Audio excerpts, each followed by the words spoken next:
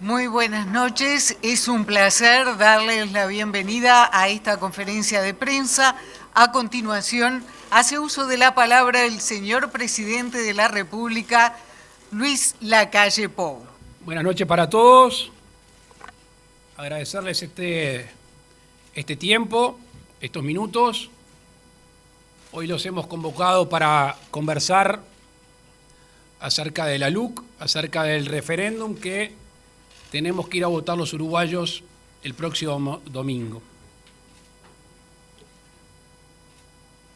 Hace exactamente 2 años, aquí sentados, el 23 de marzo del 2020, el gobierno comunicaba que no iba a aplicar la cuarentena obligatoria, que iba a apelar a la libertad responsable de los uruguayos. Nosotros confiamos en aquel momento en la actitud de la gran mayoría de los uruguayos. Y desde el 13 de marzo a la fecha hemos tenido una comunicación directa y transparente con la ciudadanía para informar acerca de todo tipo de noticias, las duras, las difíciles y las otras. La suspensión de las clases, el retorno a clases, la llegada de las vacunas, el ritmo de vacunación y todas las medidas que a través de ustedes hemos informado a la población. Hoy les vengo a hablar en esta conferencia de la importancia de no derogar los 135 artículos de la LUC. Una ley que tiene su base, y ustedes me lo han escuchado decir más de una vez, en los reclamos populares. Esto es una ley que se fue construyendo a medida que recorríamos el país, los barrios de Montevideo, la ciudad del interior, el interior profundo, y además de reclamos populares, muchos de los cuales eran urgentes. También recordarán el 2 de marzo del 2020, la primera reunión del gobierno, con nuestro querido Jorge Larrañaga, cuando convocamos a todas las jerarquías policiales del país para darle un respaldo jerárquico y un respaldo moral. Faltaba, de nuestro punto de vista, más respaldo jurídico. Y por eso uno de los capítulos más importantes de la ley de urgente consideración es el que hace a la seguridad pública. Allí hay un respaldo jurídico a la policía, al hombre y la mujer uniformado de azul que todos los días se juegan la vida para cuidarnos. Hay también una protección mayor para los ciudadanos, al mismo tiempo que penas más duras. En todos los artículos, pero en este capítulo en particular, la derogación significaría claramente un retroceso. Pónganse en los zapatos de ese hombre, esa mujer policía, que la ciudadanía le saca ese escudo, esas herramientas que le permiten combatir mejor a la delincuencia. Tenemos un capítulo dedicado a la educación. Durante estos últimos años es notorio el deterioro en el nivel educativo de nuestros niños, adolescentes y jóvenes. Se habían elegido determinadas herramientas por los gobiernos anteriores y los resultados son negativos en comparación con nuestra historia y además en comparación con el resto de América Latina. ¿Qué hizo el gobierno? Optó por otras herramientas que estamos convencidos que son las mejores herramientas para llegar ¿a quién? Al destinatario último de todo el sistema educativo, que es el educando, que es el alumno. Y por eso creemos que estas herramientas van a ayudar realmente donde se iguala. Porque si uno fija en los registros educativos, Los peores, lamentablemente, son entre los que menos tienen, o sea, los más vulnerables. Un capítulo que ha estado en discusión es el que hace a la materia laboral, básicamente a los derechos, al derecho de huelga y al derecho de trabajo. ¿Y cuál es el derecho que protege el gobierno? El que constitucionalmente estamos obligados a hacerlo. Los dos. Y esa es la solución positiva que nosotros adoptamos. La ley de urgente consideración defiende el derecho a huelga, pero al mismo tiempo defiende al trabajador que quiere trabajar.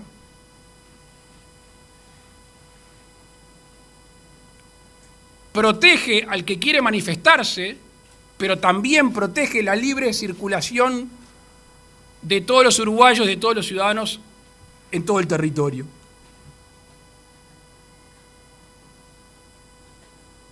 Un tema que en estos días algunos analistas han estudiado y han opinado es el de la regla fiscal.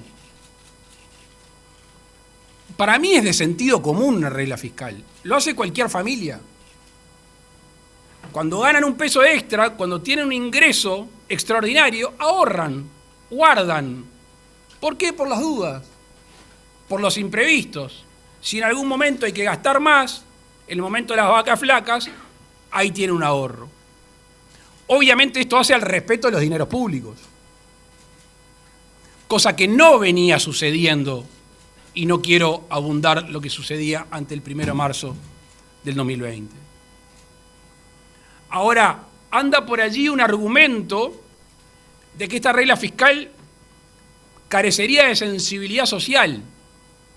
La historia reciente habla claramente que eso no es así, porque recibimos el gobierno con un déficit importante, recibimos el país endeudado, recibimos el país con desempleo y con inflación, a los 12 días del gobierno nos toca enfrentar una pandemia, y hoy toda la sociedad uruguaya, el gobierno, a través de los recursos de toda la sociedad uruguaya, lleva invertido, gastado 1.700 millones de dólares.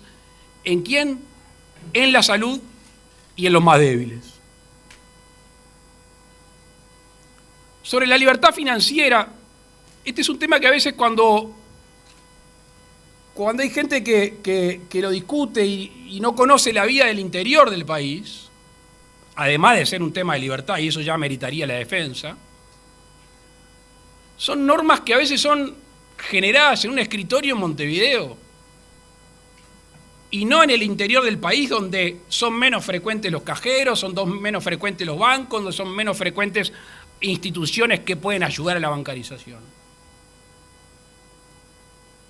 Y sin perjuicio de ello, no ha habido una migración hacia el efectivo, simplemente se le ha generado la libertad a los uruguayos para que puedan manejar su dinero como mejor les parezca y no necesariamente a través de un banco.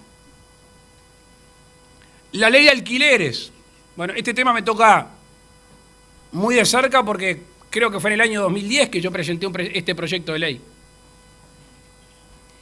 ¿Qué tiene como inspiración?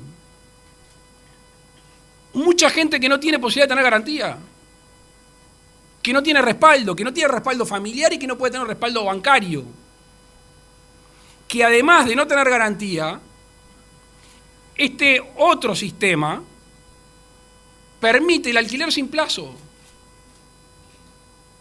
Ponga a pensar una persona que consigue un trabajo en otro lugar del país y tiene que ir a alquilar, no sabe cuánto va a trabajar, cuánto tiempo, o un chiquilín que viene a estudiar en el interior, a Montevideo. Entonces esta es otra oportunidad de un sistema muy basado en la confianza. Tenemos la 14.219, la ley de alquileres tradicional, en la cual la mayoría de los arrendamientos del país se sostiene, la gran mayoría. Es hipergarantista, cosa que está bien. Ahora, si alguien opta o si alguien tiene esas necesidades, hoy tiene otro sistema. que es un sistema basado en la confianza, que a los que menos tienen, y está comprobado, porque decían las autoridades de la Cámara Inmobiliaria que de los contratos que se han dado bajo esta nueva modalidad, ¿sabes cuáles son? Los que van de 8.000 a 12.000 pesos. Es la gente que tiene menos respaldo, la gente que tiene menos acceso a la garantía. Un tema que también está recurrido, que realmente nosotros no entendemos cómo no se comprende la sensibilidad del mismo, es el tema de las adopciones. Seguramente mucha gente que nos está viendo, escuchando, sabe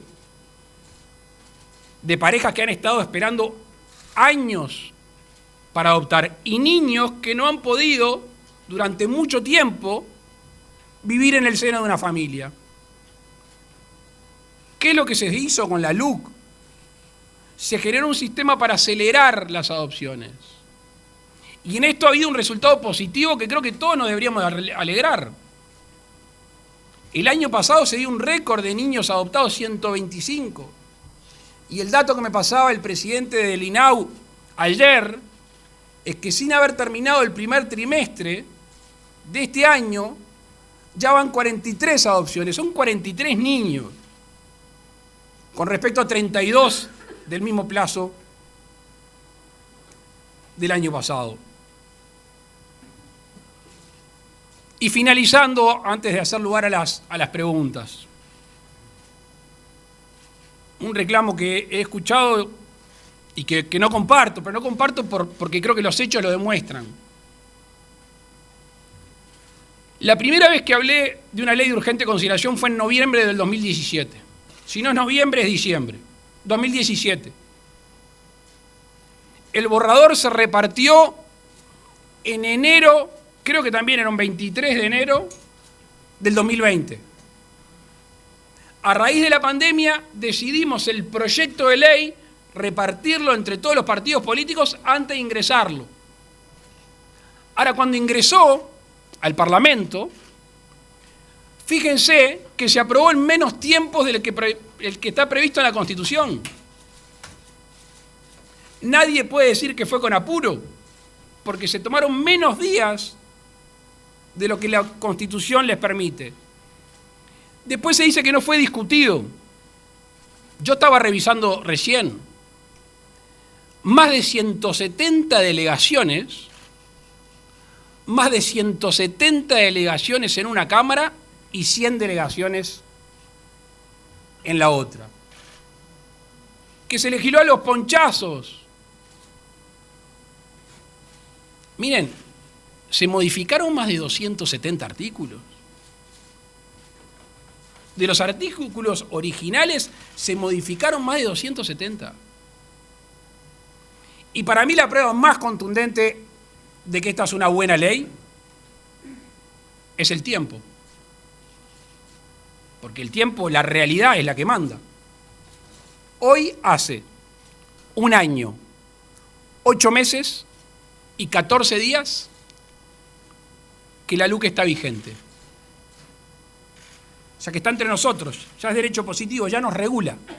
1 año, 8 meses y 14 días. Y los perjuicios que se anunciaban de manera grandilocuente, con bombos y platillos, no han sucedido, no se han dado. Sí han habido beneficios. Lo dicen los registros que tenemos en seguridad pública, lo dicen los registros que tenemos en materia de narcotráfico, lo dice en materia de adopciones y lo dice un tema que desapareció, que todos ustedes lo informaron, que hablaba supuestamente de un daño irreversible a las empresas públicas. La portabilidad numérica, todos saben que ya no está más en debate. No solo le dio libertad a los usuarios, que ya alcanzaría, sino que además en la competencia, que siempre es buena, entre la empresa pública y las privadas, la que ha salido por ahora con mayoría de traslados hacia la empresa es Antel. Así que agradecerles estos minutos. Vamos este 27 de marzo, este domingo, como lo sabemos hacer los uruguayos. En paz, con serenidad, definiendo qué es lo mejor para todos. Esta ley fue pensada para el bien de todos los uruguayos. Para el bien de todos los uruguayos. Y el lunes, el 28, vamos a seguir haciendo lo mismo. Poniéndole afecto, dedicación, empeño, esfuerzo, escuchando y obviamente también definiendo para lo que nos hemos propuesto estos 5 años, que es para mejorar la calidad de vida de todos los uruguayos. Les agradezco y quedo abierto a las preguntas. Habilitamos entonces las consultas. Les recordamos a nuestros colegas identificarse con nombre y medio al cual representan.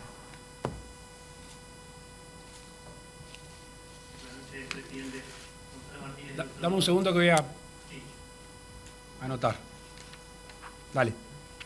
Consultarle, en realidad, varios dirigentes del oficialismo han dicho que lo que está en juego el próximo domingo es, de alguna manera, el derecho a gobernar. Y también, que se está defendiendo, digamos, el cambio que la ciudadanía votó en 2019. Consultarle concretamente si usted coincide con esta postura que han dicho algunos ministros y otros dirigentes de la coalición. Y si es así, ¿cuál sería el análisis si eventualmente el domingo triunfara el sí? Si estaría cuestionado, digamos, el gobierno y eventualmente las reformas que se podrían llevar adelante. Gracias por la pregunta. Es una herramienta importantísima. Gran parte del programa de gobierno está inserto en la LUC, por supuesto.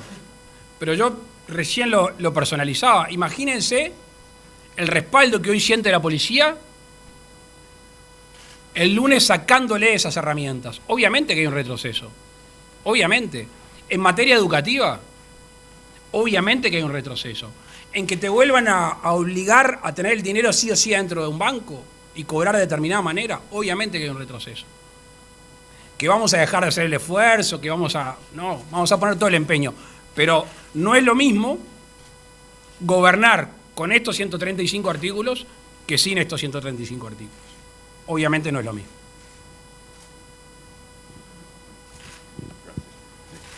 Buenas noches, señor presidente. Ken Parks, de Bloomberg News. Quiero preguntarle si el resultado de domingo va a incidir en el cronograma y el contenido de las reformas que el Ejecutivo va a priorizar en el 2022, y cuál va a ser la primera reforma que el gobierno enviará al Parlamento post-referéndum. Gracias. Bien. No, la agenda no la va a cambiar. Hemos asumido un compromiso con la ciudadanía y no podemos cambiar la agenda por un resultado. Obviamente estamos haciendo hipótesis, ¿no?, sobre resultados, en este caso adversos.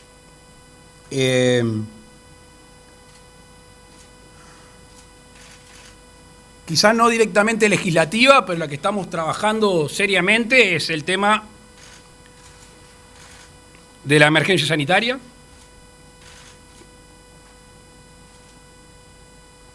el tema de la inflación y de los precios, que es un tema global, pero estamos tomando medidas a nivel nacional, las que tomó el Parlamento el otro día, algunas que hemos tomado en acuerdo y otras que estamos por consolidar la semana que viene para hacer sostenible la calidad de vida de los uruguayos, sobre todo los que menos tienen. Y tenemos un compromiso de redactar finalmente la reforma de la seguridad social, que veremos qué respaldo tenemos de todo el espectro político, porque no es una reforma para este gobierno, es una reforma para los próximos 30 o 40 años, así que la base más ancha que podamos conseguir, vamos a ser más representativos. Buenas noches, Ignacio Martínez, de La Diaria. Presidente, una pregunta, son varias, pero bien concretas. ¿Cuánto gastaron? No, hoy no sale 2 por 1. ¿Cuánto gastaron en la campaña del no? ¿Quiénes la financiaron? Y por último, si bien no es obligatorio, si van a rendir cuentas al respecto. Muchas gracias. En realidad te podría contestar todo bien aburrido. No estoy en el comando, no sé cuánto se recaudó y me imagino que no tienen nada que esconder, así que podrán informar. Buenas noches, presidente. Rafael Guardia, Canal 5. Quería preguntarle sobre la propuesta que se hace desde la oposición, específicamente Fernando Pereira, pensando ya en el día después, y leo prácticamente textualmente lo que ha dicho: hay que buscar consensos y que pueda haber posibilidades de generar leyes que tengan mayores apoyos, para que de esa manera no se legisle con solo una de las mitades. ¿Cómo piensan desde el gobierno el día después del referéndum? Con lo que terminé, con los 135 artículos vigentes, con la policía respaldada, con la libertad financiera, con la posibilidad de una regla fiscal para cuidar finalmente los recursos públicos, cosa que no se venía haciendo, siguiendo con esta aceleración de los procesos de adopción y con todo lo que venimos hablando, además de las próximas reformas que recién le contestaba a un colega. Ahora, para no esquivar el centro de tu pregunta, ¿a qué se refieren? O sea, ¿nos vamos a sentar con el PIT-CNT y con el Frente Amplio o quien represente a ellos para realmente defender el derecho a huelga y el derecho al trabajo? ¿Nos vamos a sentar para darle herramientas a la policía? Si fuera así, no estaríamos en este referéndum. Lo que nosotros tenemos que hacer es gobernar, cumplir un plan de gobierno que le ofrecimos a la ciudadanía. Y además herramientas que, insisto, después de un año, 8 meses y 14 días, no han generado perjuicios y sí han generado beneficios. Hablar, ustedes están acá muchas veces cubriendo la torre ejecutiva. Hemos hablado con todos y vamos a seguir hablando porque es la esencia de la democracia. Que hablemos con todos no quiere decir que nos pongamos de acuerdo, porque también la esencia de la democracia es que la mayoría termina decidiendo las leyes. Y eso es lo que vamos a seguir haciendo. Cuanto más consenso, mejor. Pero ya decía una famosa frase: no siempre voy a lograr unanimidades, tengo que tratar de lograr mayorías. Habilitamos las 2 últimas preguntas. ¿Qué tal, presidente? Buenas noches. Diego Martini, de TV Ciudad, por acá. Usted hacía referencia recién a reclamos populares. Es evidente la importancia que ha tomado el referéndum en la población. Los debates han tenido altos niveles de audiencia. Se ha generado una movilización política con actores políticos, tanto del sí y del no. Se ha generado una movilización popular, tanto del sí y del no. Y le pregunto, ¿qué importancia le da usted a esta herramienta del referéndum y a la posibilidad que la población se exprese el próximo domingo? Muchas gracias. La importancia que los ciudadanos le dieron con las firmas. Es un resorte constitucional, son institutos de democracia directa, son esas válvulas de escape que el constituyente le da al pueblo, ¿no? Esa reminiscencia de democracia directa, que es decir, bueno, esta ley, tal porcentaje de los ciudadanos entiende que se tiene que ser sometida a la ciudadanía, al electorado. Yo no sé cuánto interés despertó realmente, depende de la encuesta que lea, a algunos le importa, a otros no le importa, obviamente hay cascos militantes que están. Mi sensación, pero me puedo equivocar, es que hay una mayoría silenciosa del país que quiere que las cosas se hagan, que quiere que se cumpla un programa de gobierno, que no quiere atrasar o volver atrás en algunos temas. Esa es mi sensación, pero el domingo de noche lo vamos a ver. Presidente, buenas noches. Pablo Piñeiro, del diario La R. En la eventualidad de que el no obtenga el triunfo y considerando el tiempo que usted acaba de decir que la ley está en vigencia, ¿el gobierno podría llegar a analizar de futuro algún tipo de agregado o modificación a alguno de los 135 artículos o a partir del 28 de marzo queda todo como está? Gracias. Gracias a ti. En realidad, yo no lo llamaría un triunfo. Yo lo llamaría una ratificación de un instrumento legal. O sea, en la íntima no es para festejar. Simplemente que creímos unas herramientas y ojalá que la gente entienda que esas herramientas son de las que hay, las mejores y que no vale la pena derogarlas. Si tenemos pensado agregados, no. Si mañana surge la necesidad de mejorarlo, toda obra humana es perfectible. Y si se puede mejorar, no digo los 135 esto, digo los otros artículos o del texto legal que sea, estamos dispuestos, por supuesto. El día que alguien se cierra y cree que tiene toda la razón y toda la verdad, es el día que dejó de tener contacto con la opinión pública, con la realidad, y es el día que deja de servir como gobernante. Muchísimas gracias. Buenas noches. Agradecemos la presencia del presidente de la República y a todos los medios presentes. Buenas noches. Muchas gracias.